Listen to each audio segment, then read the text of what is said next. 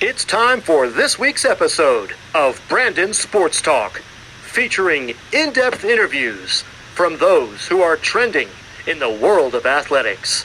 And now, here's the host of Brandon Sports Talk, Brandon Pate.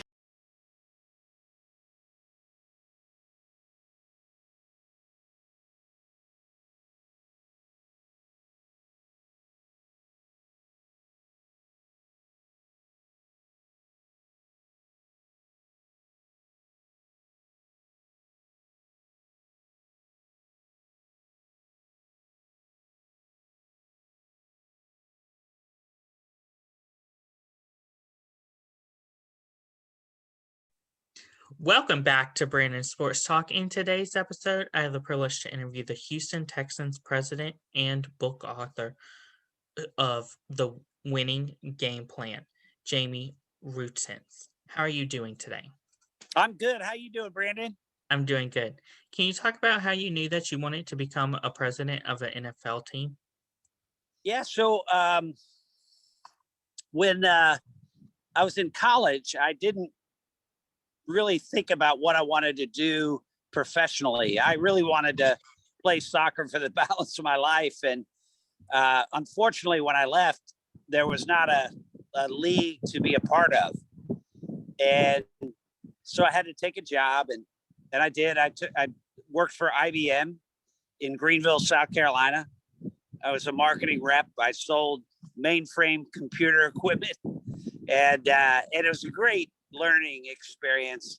I spent 3 years there, but then went back to Clemson, and I met with our athletic director. His name was Bobby Robinson, and I said, Bobby, I either want to work in a sports business or I want to be a coach. He said, well, what's important is you need to make a decision between those two because they're not the same. I was like, all right, that's a great idea. And I went back to Indiana and I coached at Indiana and I worked in the athletic department and I got my MBA. And at the end, after 2 years, I decided that I really wanted to work in a sports business, but I didn't have a job. And so I took a job at Procter & Gamble to be in brand management, but I also was going to the World Cup in Chicago that July. And so I spent a month and a half in Chicago and really was very convinced I wanted to be in a sports business, but still I didn't have a job. And so I worked at Procter & Gamble for about 9 months. I got a call from a guy, his name's Tim Connolly. Tim and I met each other when he was at the Kansas City Chiefs, and he was the head of business for the Chiefs. And he asked me to come to Columbus to interview for a job at a yet to be determined Major League Soccer franchise. And I remember driving back after spending the entire day with them. Him, Lamar Hunt, Clark Hunt, Ron Pizzuti, who was a local investor. And I was like, I think I got the job, but I have no idea what job they were interviewing me for. And he called a couple of days later, said, the interview went great. Everybody loved you. It's awesome. But we don't know what's going to happen with this league. I said, well, that's all well and good, but I've got an offer to be the head of soccer for Reebok. And if you don't offer me a job, I'm going to go take that. And so he sent me an offer to be the general manager of a yet to be determined Major League Soccer franchise. The whole league had not been put together yet. And I wound up starting the Columbus Crew, and, the rest is history. Can you talk about, of course, how you ended up as the president of the Houston Texans? Yeah, so I spent 5 years in Columbus, and we built the first soccer-specific stadium in the United States for an MLS team. We built the first practice facility. We had a great season ticket base. We had a great fan base. It was all good. And so I got a call from a headhunter. Her name was Buffy. Her name is Buffy Philippel. And so Buffy had been a friend of mine for 5 or 6 years. And she said, would you would you be interested in working in the National Football League? And I said, of course. She said, how about the Houston NFL team? I said, that'd be great, but they don't have an NFL team. She said, they're going to. Bob McNair has just spent $750 million to bring the NFL back to Houston. And I said, you know what? I just got married. I really need to talk to my wife before I say yes to this.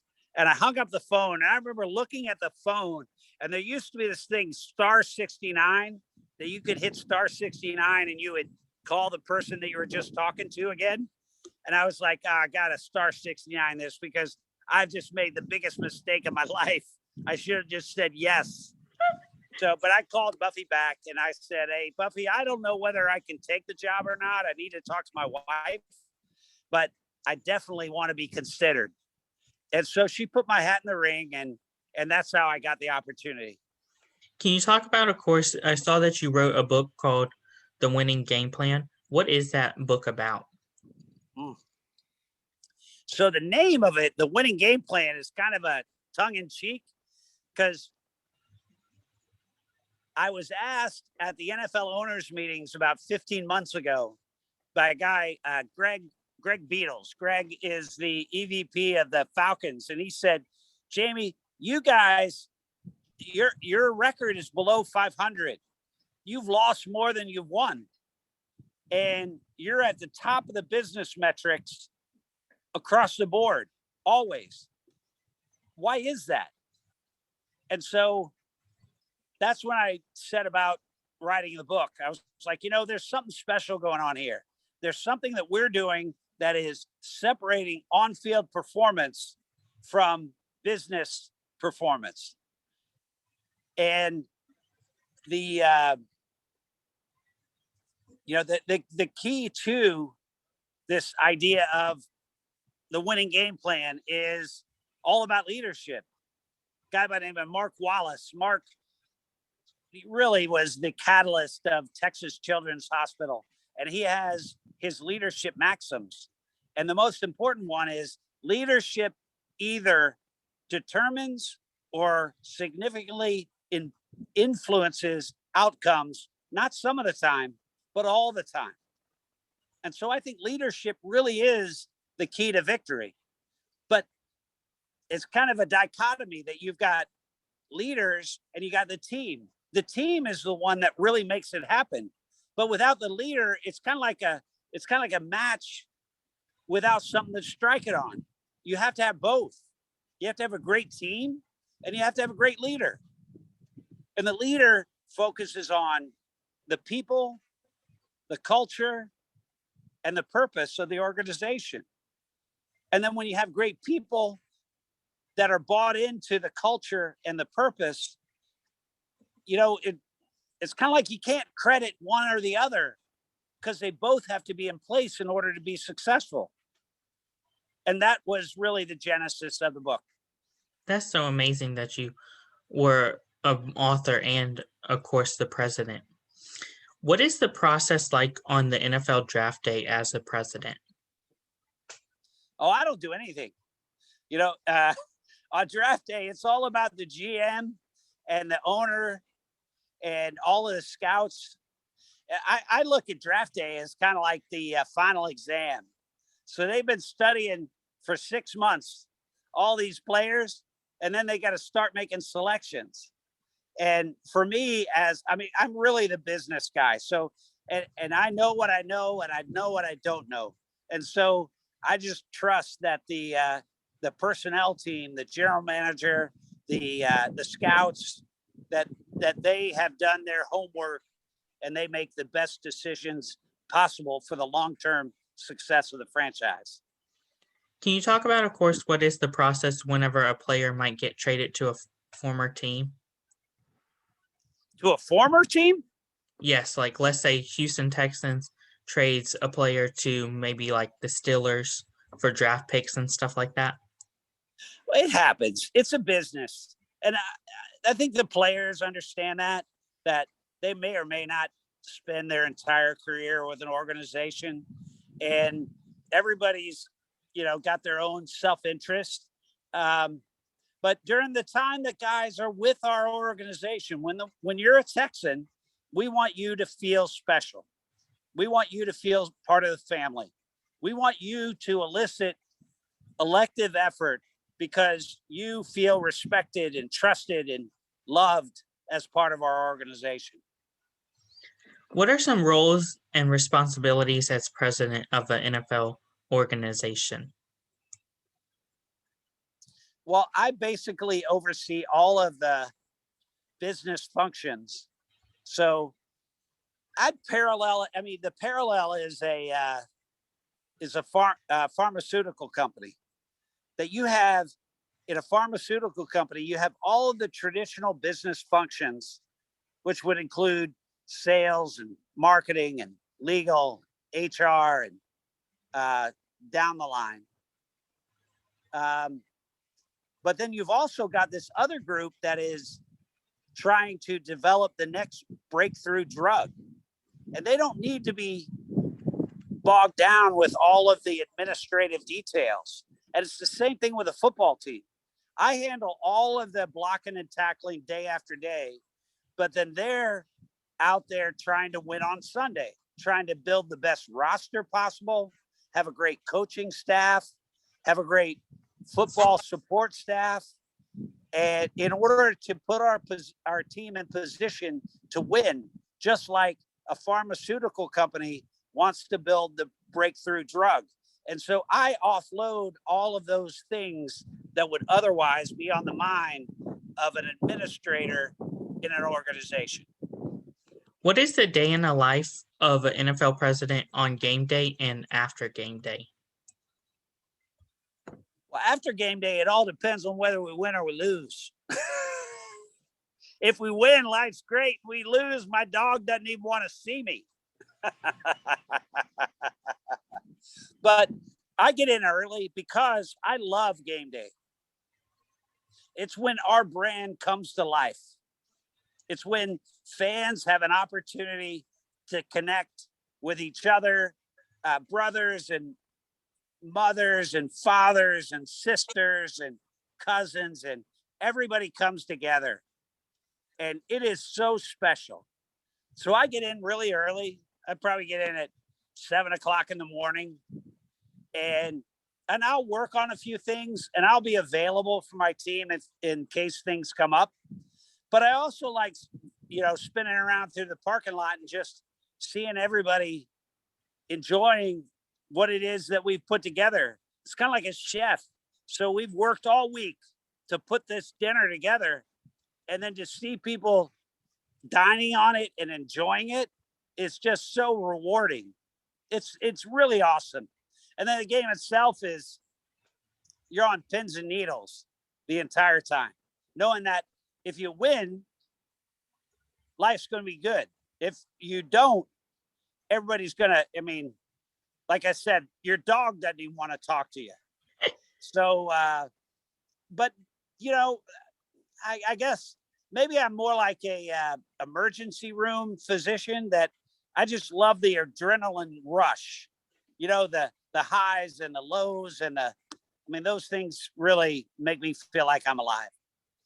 What are some things that you have helped create at the Houston Texans as president?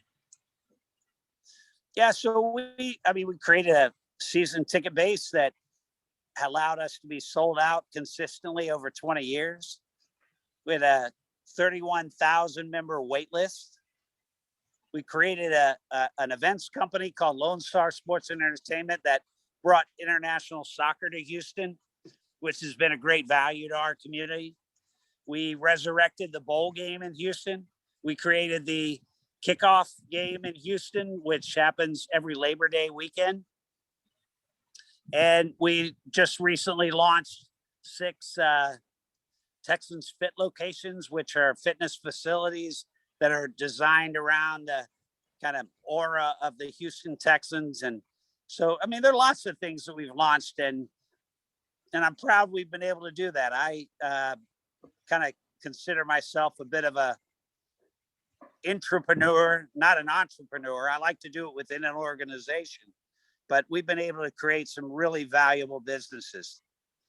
What are some of your future plans with the Houston Texans? Well, I'm no longer with the Texans, but my last day is March 31st. But I will tell you, I want to stay close to the organization. I love the family. I love the city. I love the fans. It's just a wonderful place. And it's a wonderful connection that exists between our fans and the organization. So I plan to stay close, but I don't know what's next. What is something that you learned now that you didn't know before becoming the president? I didn't know how hard it would be to leave.